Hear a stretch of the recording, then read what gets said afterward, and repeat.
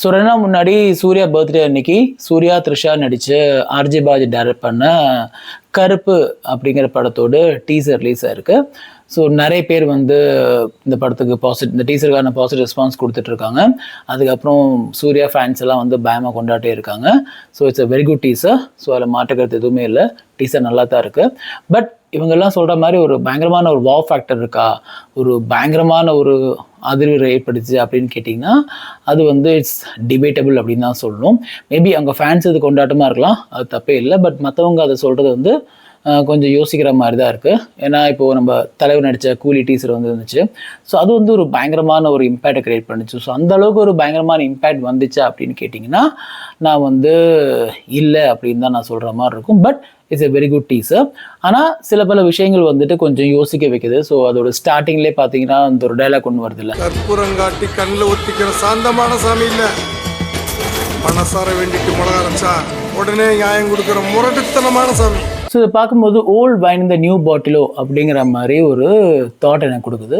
So ஜென்ரலாக வந்துட்டு social மீடியாவில் என்ன கதை பேசப்படுது அப்படின்னு பார்த்தீங்கன்னா லைக் வந்து இவர் ஒரு வக்கீலாக இருக்கார். ஸோ குற்றவாளிங்க எல்லாம் வந்து சட்டத்தில் இருக்கிற லூப்ஹோல்ஸை யூஸ் பண்ணி தப்பிக்கும்போது இவரை வந்து பழி வாங்குறாரு அப்படிங்கிற மாதிரி, மீன்ஸ் சட்டத்துக்கு வெளில இவர் பழி வாங்குறாரு அப்படிங்கிற மாதிரியான ஒரு கதை வந்து சோஷியல் மீடியாவில் வந்து பரவப்படுது.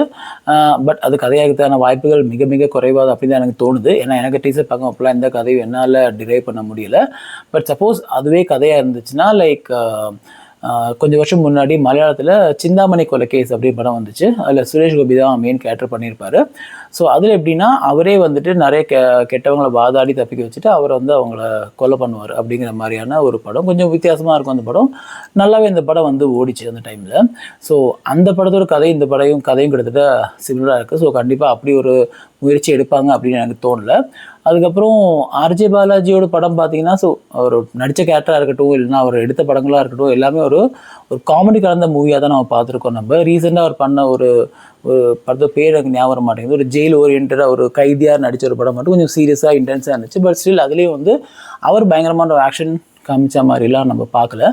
பட் அவர் டைரக்ட் பண்ண படம் எல்லாமே கொஞ்சம் ஒரு காமெடி கலந்து சில விஷயங்கள் பேசின மாதிரி தான் இருந்துச்சு. ஸோ இந்தளவுக்கு சூர்யாவை வச்சு இப்படி ஒரு ஃபுல் ஃப்ளெஜ்டான ஒரு ஆக்ஷன் பேக்காக ஒரு மூவி எடுக்கிறா அப்படிங்கும்போது உண்மையாகவே கொஞ்சம் நல்லா இருக்கா இல்லையா அப்படிங்கிறத பார்த்துட்டு தான் நம்மளால் சொல்ல முடியும். பட் நல்லா இருக்கும் அப்படி தான் நம்புகிறோம். ஏன்னா ஆக்ஷன்ஸ் எல்லாமே ரொம்ப சூப்பராக இருந்துச்சு. ஸோ டீசரில் பார்த்த வரைக்கும் ஆக்ஷன்ஸ் எல்லாம் பிரம்மாண்டமாக இருந்துச்சு, அதில் மாற்ற கருத்து இதுவும் இல்லை. பின்ன சூர்யா லுக் பற்றி சொல்ல தேவையில்லை.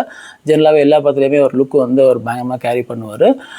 பட் என்ன ஒன்று இந்த மாதிரி இப்போது ரீசெண்டாக வந்து எல்லா இன்க்ரீடியன்ஸ் இருக்கிற ஒரு சம படம் ஒன்று எங்களுக்கு கிடச்சிது. எழுதி முடித்தோம். அந்த எழுதி முடிக்கும்போது ஹாப்பியாக 2 நாள்லேயே மீட் பண்ணி சொன்னேன். நான் ஒரு 1 hour சொல்லியிருப்பேன், 1 hour சொல்லியிருப்பேன். நான் வந்து 2 வாட்டி சொன்னேன். முதல்ல 20 minutes சொல்லிட்டேன். நான் வந்து சொன்னேன், சார் நான் எப்படி 20 minutes சொன்னேனே தெரியல, நான் இன்னும் ஃபர்ஸ்ட்லேருந்து சொல்கிறேன் அப்படின்னு சொல்லிட்டு திருப்பி ஒரு 1 hour சொன்னேன். பார்த்தா 1 hour முடியும் போது சூப்பராக இருக்கியா, நம்ம பண்ணலாம் அப்படின்னாரு.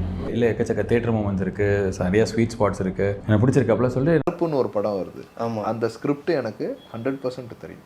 பாலாஜி பண்ணுறது, ஆர்ஜே பண்ணுறது ஷியோர் ஷாட் ஹிட். அந்த படத்தோட கதை களம் சூர்யா சாருக்கு லட்டு மாதிரி பின்னி எடுத்துருவார். ஸோ அது 100% ஹிட். இதுக்கு முன்னாடி வந்த படங்களுக்கெல்லாம் பேசுறதெல்லாம் ஞாபகம் வருது நம்மளுக்கு. ஸோ கங்குவாக்கெல்லாம் என்ன பேசுறாங்க அப்படிங்கலாம் ஞாபகம் வரும்போது கொஞ்சம் பயமா இருக்கு. இன்னைக்கு எல்லார் கையிலையும் இன்னைக்கு வந்த பாஸ் இருக்குன்னு நினைக்கிறேன். டிசம்பர் மாதம் எந்த டேட்னு அனௌன்ஸ் பண்றோம். இதே பாஸோட இங்க சக்சஸ் மீட் நடக்கும். சரிங்களா? பேன் இந்தியா ரெக்கார்டோட இங்க சக்சஸ் மீட் எல்லா வேர்ல்டு வைடு இருக்கிற எல்லா டிஸ்ட்ரிபியூட்டர்ஸையும் கூப்பிட்டு இங்க நடக்கும். ஸோ இதை பாஸ் அப்படியே கையில் வச்சுக்கோங்க. திருப்பி கொண்டு வரேன், நான் டேட் அனௌன்ஸ் பண்ணுறேன். தேங்க்யூ. பட் ஸ்டில் ஒரு டீசர் வச்சுட்டு ரொம்பலாம் ஒரு படத்தை பற்றி சொல்கிறது அப்படிங்கிறது லாஜிக்கலாக கரெக்டாக இருக்காது. ஸோ ஓவராலாக டீசர் அப்படின்னா teaser is a very good teaser, அதில் மாற்றக்கிறது எதுவும் இல்லை.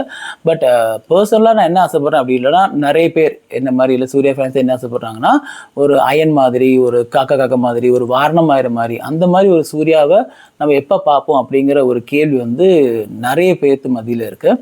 ஸோ அதுக்கு வந்து சீக்கிரமாக அந்த மாதிரி ஒரு ஃப்ளேவரில் ஒரு படம் கொடுத்தாருன்னா சூப்பராக இருக்கும். இந்த கரு மூவி வந்து சூர்யாவுக்கு மிகப்பெரிய ஒரு வெற்றி தரணும் அப்படின்னு நான் வந்து கடவுளை ப்ரே பண்ணிக்கிறேன். So stay tune Madras boys, love you all.